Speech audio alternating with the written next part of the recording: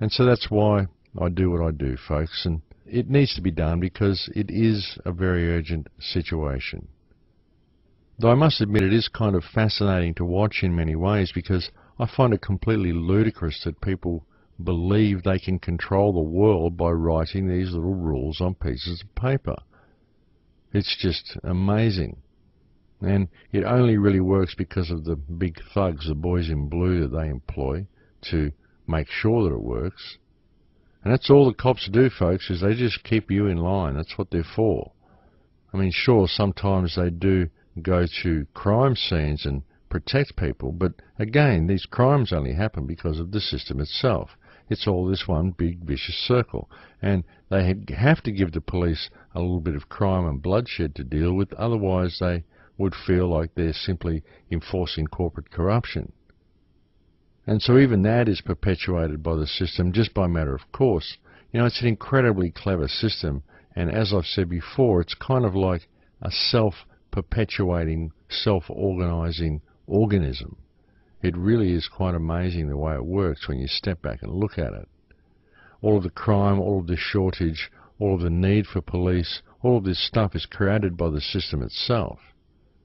And so because all of this stuff is a natural byproduct of the system, then more and more rules have to be put in place to try to contain it.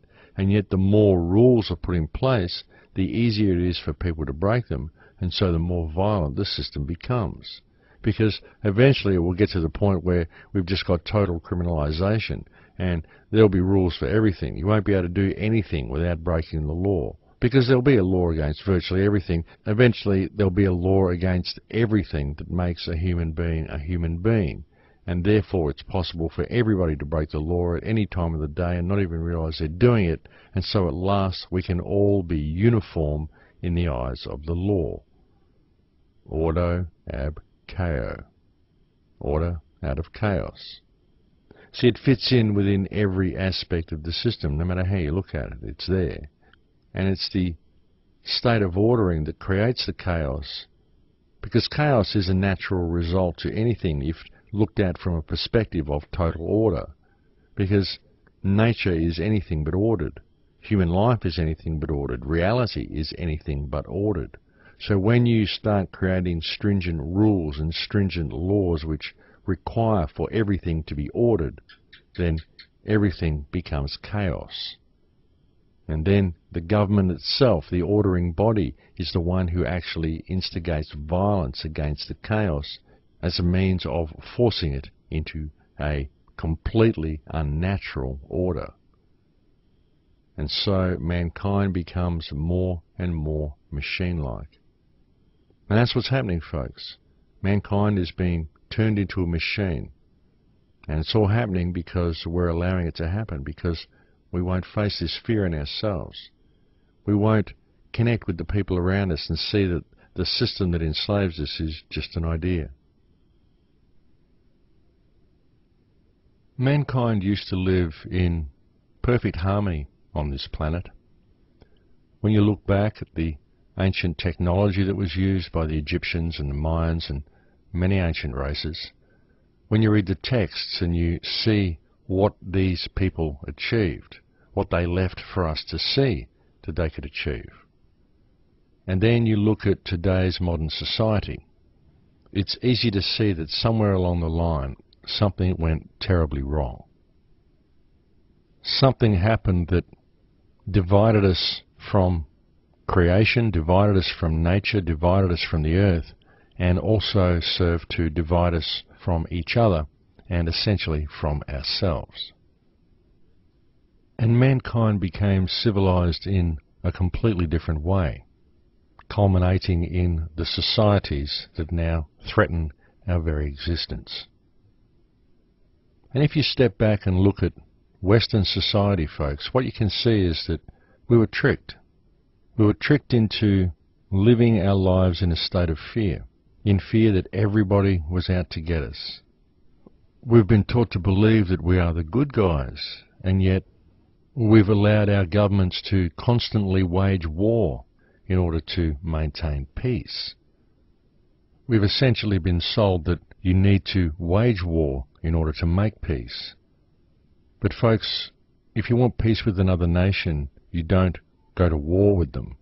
You go to peace with them. It's pretty simple. But the people just don't think about it. They sit there in front of their televisions, they read their newspapers, all of who are owned by the same half dozen people, and they believe everything they're told by these institutions. I mean, you might be given a choice of up to 20 newspapers to read in your country, but if you look into these newspapers, what you find is that they're all owned by the same people. And so you're really only getting one version of the news, and you find that these are also the same people who own all the television stations. So people just sit there and they believe what they're told. They believe that all these other countries are a threat to them. They believe this because the television tells them that it is so. Many of them have never been to these countries, but that doesn't matter, because what does matter is that the television has said that the government suggests that these countries are a threat, when really they're not. They sit there and they cheer on the winning team from their armchairs by watching the war on television. They believe that their government is fighting against a terrible menace, and yet our governments have dropped depleted uranium all over the world. They've allowed the most outrageous atrocities to take place. The carpet bombing of Baghdad, the pepper bombing of Libya. Thousands of innocent lives lost in order to bring peace. And then you look at the hardship that exists within our countries. Look how everybody is struggling. Nobody can pay the bills because of the corrupt banking system that enslaves the country to debt. We find our countries being strip-mined and fracked, and the water tables being destroyed, people being corralled into cities, the police getting more and more militarised, and still our governments tell us they're doing all of it for our safety, and that they're doing it all to maintain peace. The damage that has been done to the world and what's been done to mankind at the hands of this system is unacceptable. And I believe mankind has a duty to refuse to accept it any longer. We have so many thousands of people die every day. We have children in a state of terrible need. We have whole countries at war. We have resources being ravaged at will. And it all continues because we simply sit back and do nothing. And folks, it might seem like a really big thing to do to stand up against this system, but if we do it together by simply connecting with each other and supporting our local communities and supporting each other and turning away from the system, then the system collapses. And this goes for everybody. All the police officers, all the FDA people, all the people working in the laboratories genetically engineering food, all the people transporting these seeds for companies like Monsanto and all of these sorts of things, all the workers for these companies, all the police officers, all the military, all of the people on the ground that are driving these industries and driving this corruption, all need to turn away from it and turn back towards your communities. Because it really is time for mankind to come home. It's time for mankind to step up and be mankind rather than being the human race. Because all the human race is a group of beings that are the hue of man racing headlong towards their own destruction. But it's time for us to stop racing and simply be mankind. We're being given an opportunity to do this right now. Peaceful non-compliance to this system. I mean, all you have to do is look at the system, folks, and you can see how corrupt it is. People like Schapelle Corby rotting in an Indonesian jail. All of the wars, all of the bloodshed, all of the homelessness, all of the starvation, all of the problems that we face, there are a result of this system. And you can't blame the individuals within the system. We don't want them. We don't want to hang them or chop off their heads. We don't want to hurt them in any way. They are as much entangled in the system as anybody else. But even if they believe they have a position of power and they're that stuck into the system, they will still find that the system doesn't work without the compliance of the people. And we simply have to stop complying with it. That's all we have to do. We just got to stop going along with it, start helping each other. There shouldn't be any law in place that says that you can't help your neighbour, that you can't eat organic food, that you can't be an absolutely free person. If there is a law in place that says such a thing, then it's not a law, it's a statute, and you owe it no allegiance. Because when laws are written that are contrary to conscience, then people must act contrary to the laws. That's the way it is.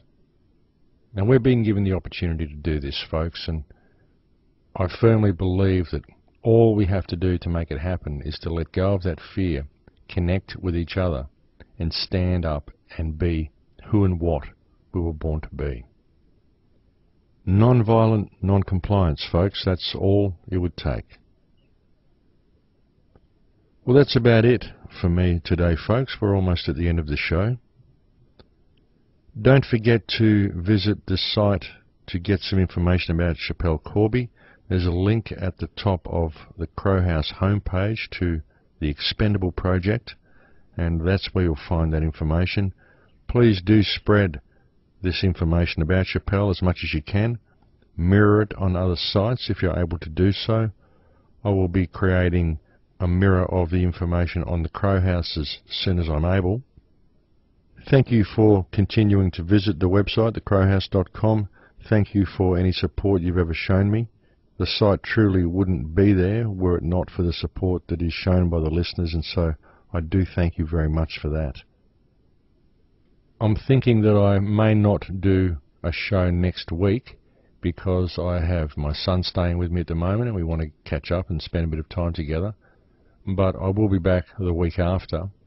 For those of you who catch up with the show on YouTube, I have about 3 or 4 radio shows from last month that I did on other stations that I haven't had a chance to look at or edit the commercials out of yet, but I'll try to get one of them posted on YouTube next week, so that will keep up the flow of information anyway, and I'll look forward to speaking to you again soon.